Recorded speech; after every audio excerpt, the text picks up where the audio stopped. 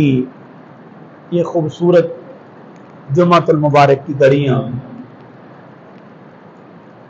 حضور سیدی و مرشدی و سندی مجدد دین ملت اعلی حضرت امام احمد رضا خان فاضل آپ کے ذکر خیر میں گزرنی ہے، اور یقیناً یہ میرے لیے اور آپ کے لیے بڑی خوش قسمتی کی بات ہے۔ اللہ جانتا ہے آج جب میں نے اعلیٰ حضرت کا نام لیا تو کچھ بندوں کی زبان سے سبحان اللہ نکلا۔ حق تو یوں بنتا تھا کہ جب اعلیٰ حضرت کا نام آیا تھا تو مسجد جھوم جاتی۔ دراصل قصور آپ کا نہیں ہے، آپ تک بات پہنچائی نہیں گئی کہ آپ کے محسن کون تھے، آپ پر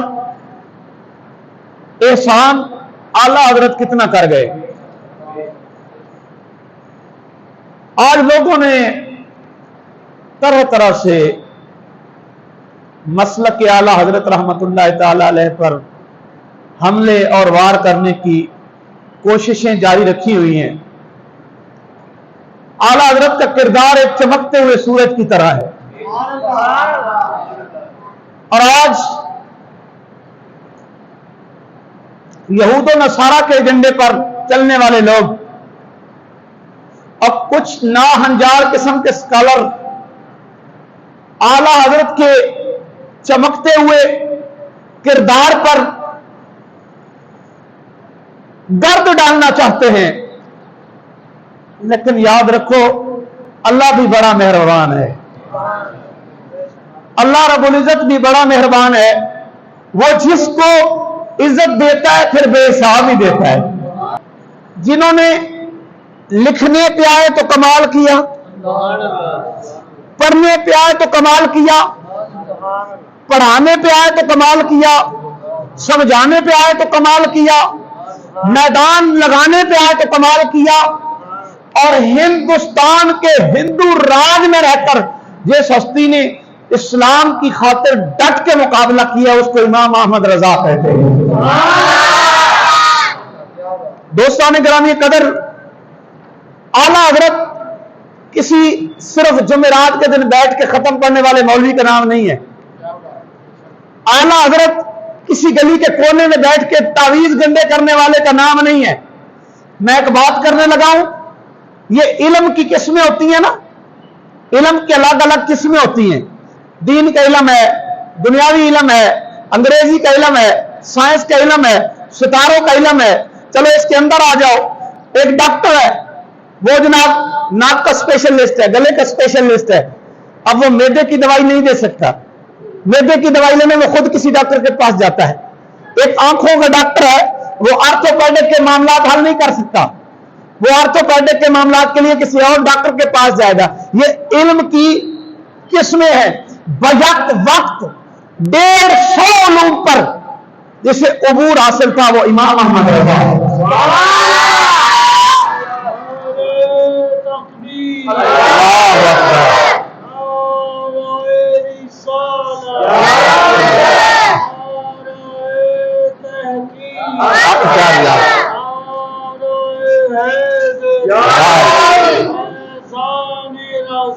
جاری رہے گا۔ یہی تو بات تھی بیان کرنے والی کہ ہندوؤں کے اندر رہ کر اتنی چھوٹی سی بات پر بھی اعلیٰ حضرت نے کبھی شریعت پہ کمپرومائز نہیں کیا۔ بلکہ مجھے ایک بات یاد آ گئی، اعلیٰ حضرت کی گلی میں آپ کا بالکل پڑوسی تھا ایک ہندو، اور بڑا تگڑا آدمی تھا، پیسے کے لحاظ سے بہت تگڑا آدمی تھا۔ تو بقرعید سے پہلے اس نے اعلان کیا کہ اس علاقے میں، اس محلے میں جو بھی گائے ذبح کرے گا میں کاٹ کے رکھ دوں گا۔ میرے امام احمد رضا اعلیٰ حضرت شریعت کے معاملے میں چھوٹی چھوٹی باتوں پر بھی اٹک جانے والے۔ اعلیٰ حضرت نے فرمایا تو کون ہوتا ہے جب میرے اللہ نے حکم دیا ہے قربانی کرنے کا،